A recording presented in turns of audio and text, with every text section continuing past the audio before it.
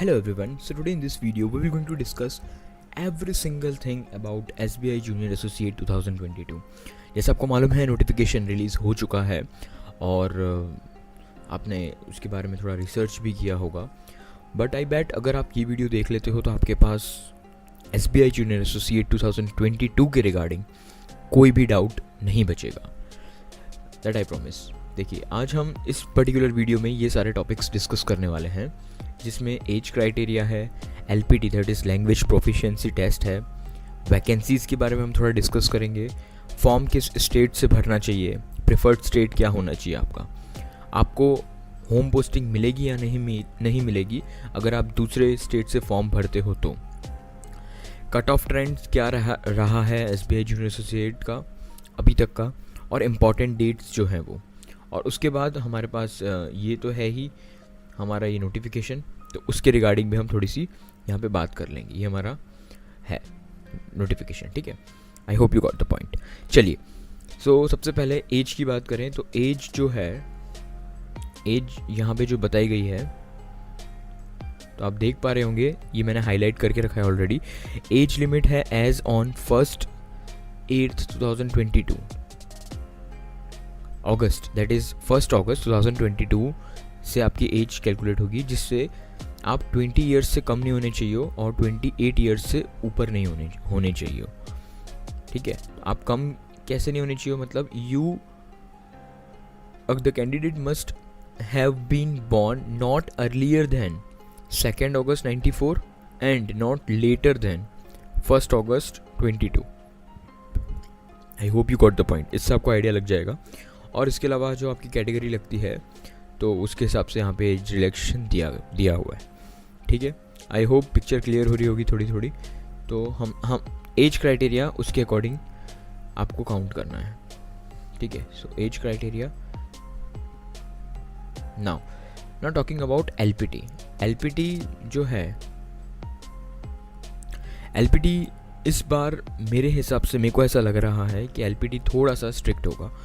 अब ये मेरा ही इंट्यूशन है,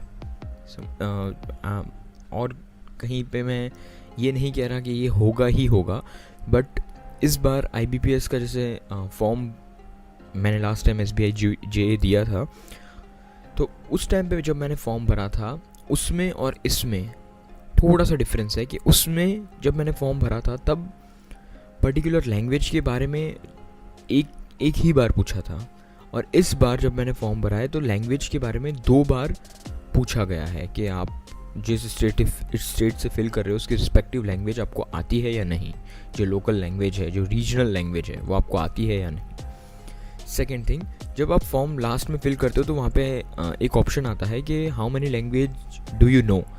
उसमें जिस स्टेट में आप फिल कर रहे हो वो स्टेट की जो रिस्पेक्टिव लैंग्वेज है वो मैंडेटरी है कि आपको आनी चाहिए, ऐसा उसमें ऑलरेडी लिखा हुआ आता है, उसको आप एडिट करके रब नहीं कर सकते हो।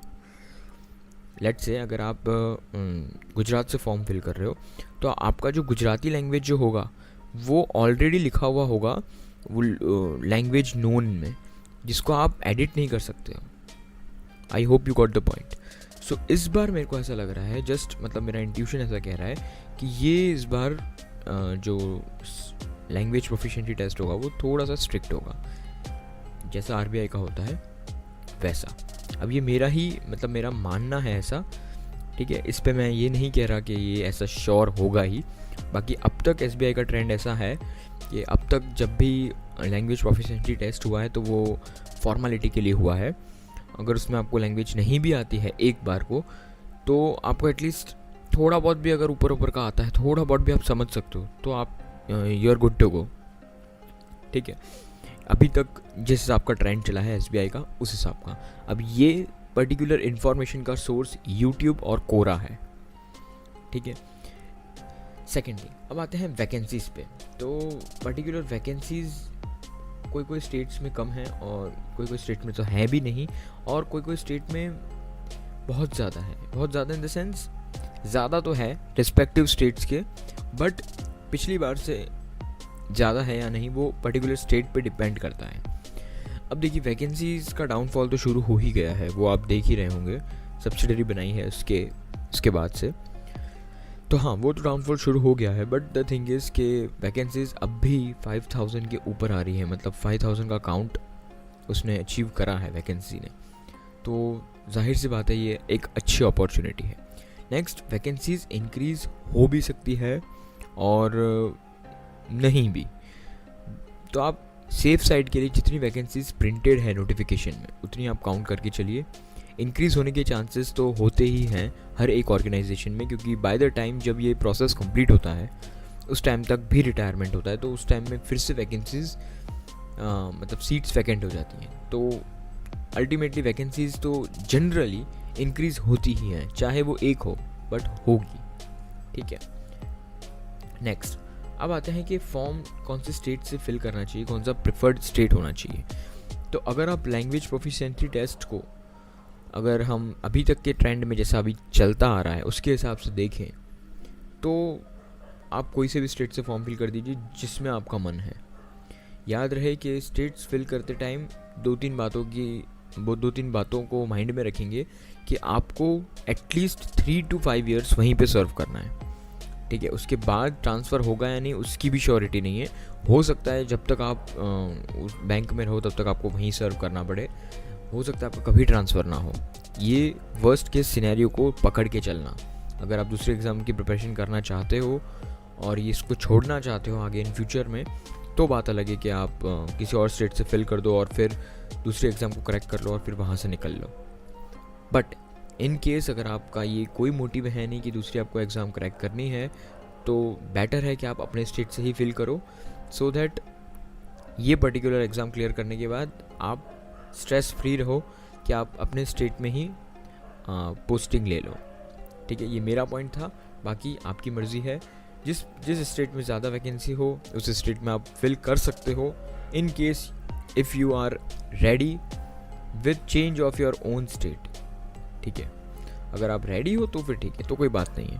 बट अगर आप नहीं रेडी हो, दिक्कत है, कहीं पे भी कोई भी मतलब डाउट है, तो इट्स बेटर कि आप अपने ही स्टेट से फिल करो, या फिर एटलीस्ट अपने जो रीजन में जो स्टेट आता है, जैसे वेस्टर्न रीजन होता है, ईस्टर्न रीजन होता है, उसके स्टेट में इर्द गिर्द कहीं पे भी फिल कर लो, ठीक है।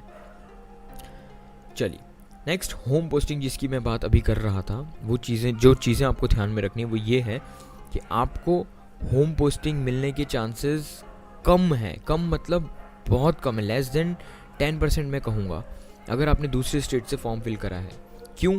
क्योंकि रिसेंटली SBI ने इंटर स्टेट ट्रांसफ़र पॉलिसी जो वो पहले करती थी फॉलो, उसको अब फॉलो करना बंद कर दिया है। अब इंटर स्टेट ट्रांसफ़र पॉलिसी नहीं है SBI में, अगर आप क्लैरिकल कैडर में हो तो आप जब तक क्लैरिकल कैडर में रहोगे तब तक तो मुश्किल है आपका इंटर स्टेट ट्रांसफ़र होना। स्पाउस बेसिस पे हो सकता है, मेडिकल ग्रांट पे हो सकता है, बट ये सारी चीज़ों के लिए भी आपको थोड़ा एफर्ट डालने पड़ेंगे। तो मतलब मुश्किल तो है ही, देखिए मुश्किल तो है ही अल्टीमेटली। और 3 से 5 साल का जो टाइम पीरियड होता है इतना भी कम नहीं होता कि चुटकी बजा के निकल जाए। 3 से 5 साल भी आपको अलग स्टेट में तो रहना ही पड़ेगा। तो आप देख लीजिए आपको कैसे रखना है। अगर आप इन सब चीज़ों को कर सकते हो, मतलब मैनेज कर सकते हो सारी चीज़ें, तो आप कर लीजिए, दूसरे स्टेट से फॉर्म फिल कर लीजिए, कोई दिक्कत नहीं है। लोग करते हैं, आप भी कर लीजिए, कोई बड़ी बात नहीं है, ठीक है। बट कहीं पे भी अगर आपको आपत्ति है, कहीं पे भी शंका है, तो इट्स बेटर कि आप अपने ही होम स्टेट से फिल कीजिए और उसी में फ़ाइट मारिए, ठीक है।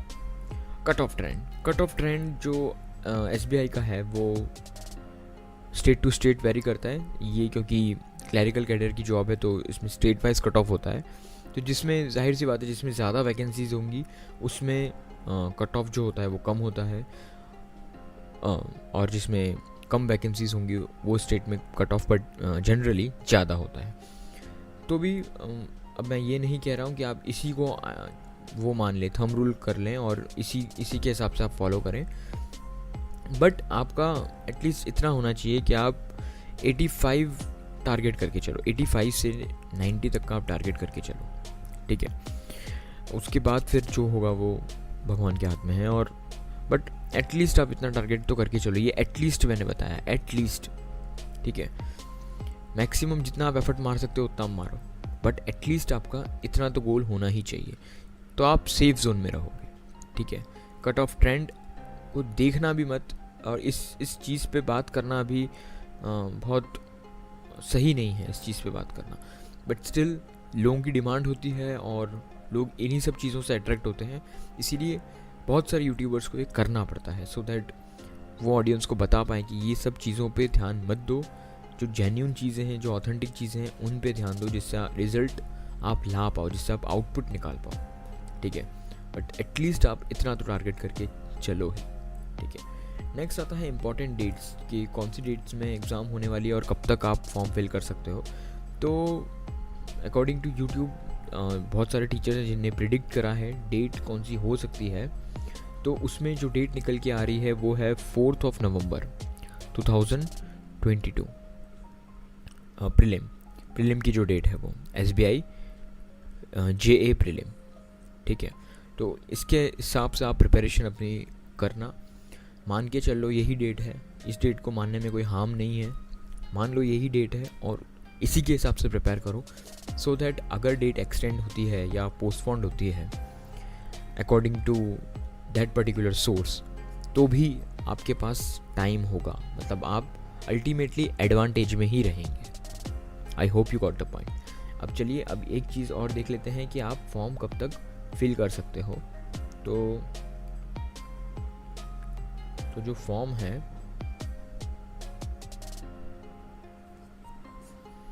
जस्ट अ मिनट, यहाँ पर आपको इम्पोर्टेंट डेट्स मिल जाएंगी। तो आप फॉर्म कर सकते हो 27 सितंबर तक आप फॉर्म फिल कर सकते हो। आज हो रही है 14 सितंबर, आप 27 सितंबर तक फिल कर सकते हो। अब देखिए, अब एक चीज़ जो बाकी रह गई थी वो थी बैकलॉग वैकेंसीज़। अब बैकलॉग वैकेंसीज़ देखिए, आप यहाँ पे दिख रहा होगा, मैंने हाईलाइट किया बैकलॉग वैकेंसीज़। ये बैकलॉग वैकेंसीज़ क्या होती हैं उसके बारे में थोड़ा डिस्कस कर लेते हैं। देखो, बैकलॉग वैकेंसीज़ वो वैकेंसीज़ होती हैं जो पिछली बार भी थी बट वो फिल नहीं हो पाई थी, तो वो इस बार बैकलॉग में आ गई हैं। आई hope you got the point. पिछली बार लेट से 15 वैकेंसी निकाली, उसमें से 5 वैकेंसी फिल नहीं हुई, सिर्फ 10 लोगों ने ही अपना ज्वाइनिंग दिया और 5 वैकेंसीज फिल नहीं हुई अल्टीमेटली। तो वो 5 वैकेंसीज़ को इस वाले नोटिफिकेशन में ऐड करके बताएंगे, तो वो पर्टिकुलर जो 5 वैकेंसीज़ होंगी वो बैकलॉग वैकेंसीज़ के क्राइटेरिया में आएंगी। आई hope you got the point. यही था पूरा का पूरा SBI JA 2022 के बारे में। इसके अलावा कोई भी ऐसी इन्फॉर्मेशन नहीं है जो मैंने नहीं बताई हो और आपको दूसरी वीडियो में जाकर या आपका टाइम वेस्ट करके सर्च कर देखना पड़े। इन केस अगर कोई है इन्फॉर्मेशन आपको मतलब जाननी है इसके रिगार्डिंग, तो आप कमेंट कर सकते हैं, मैं उसके ऊपर वीडियो बना दूंगा। बट ये चीज़ जो मोटी मोटी चीज़ होती है जो एक जनरली एक एस्पिरेंट को जाननी होती है, वो ये पर्टिकुलर वीडियो में कवर की गई है। आई hope you got the point. अगर जो भी स्टेट से फॉर्म फिल करो तो उसके हिसाब से रेडी रहना, क्योंकि अल्टीमेटली वो चीज़ें आप ही को फेस करनी है। ऐसा ना हो कि बहुत मेहनत से आप एग्ज़ाम क्लियर करें एंड आपकी फेवर में चीज़ें ना हो बाद में अल्टीमेटली। ठीक है, ऐसा ना हो। सो थोड़ा सा पेशेंस रख के फॉर्म फिल करना, थोड़ा टाइम ले लो डिसाइड करने के लिए, बट उसके हिसाब से आप कर सकते हो। एक बात और, अगर आप दूसरे स्टेट से फॉर्म फिल करते हो तो ऐसा ज़रूरी नहीं है कि आपको वही स्टेट में जाके एग्ज़ाम देनी पड़े। आप अपने स्टेट से एग्ज़ाम दे सकते हो उस स्टेट में फॉर्म फिल करके भी। ठीक है, तो इस बात का ध्यान रखना। और सेकंड और लास्ट थिंग जो मेरे को बतानी थी SBI से रिलेटेड वो ये है कि SBI में जस्ट अ मिनट, SBI में सेक्शनल कट ऑफ नहीं होता, तो उसका पूरा एडवांटेज उठाना नहीं होता। ठीक है, इसके लिए इसका बताने का मकसद ये था कि अगर कोई पर्सन कोई एक सब्जेक्ट में वीक है तो वो ऐसी पर्टिकुलर जो नोटिफिकेशन आते हैं उनमें वो अपना एडवांटेज ले सकता है कि लेट से अगर कोई बंदा कोई एक सब्जेक्ट में वीक है तो वो उसमें ठीक से ना अगर परफॉर्म कर पाया तो भी उसके पास बाकी के जो 2 बचे हुए सब्जेक्ट हैं उनमें वो स्कोर कर सकता है। ठीक है, तो SBI ये आपको एक अपॉर्चुनिटी देता है कि सेक्शनल कट ऑफ न दे करके। ठीक है, आई hope you got the point. जो भी चीज़ें हैं वो ओवरऑल कट ऑफ पे डिपेंड करती हैं. And that's it. Thanks for patiently listening to me and thanks for being here. Thank you so much.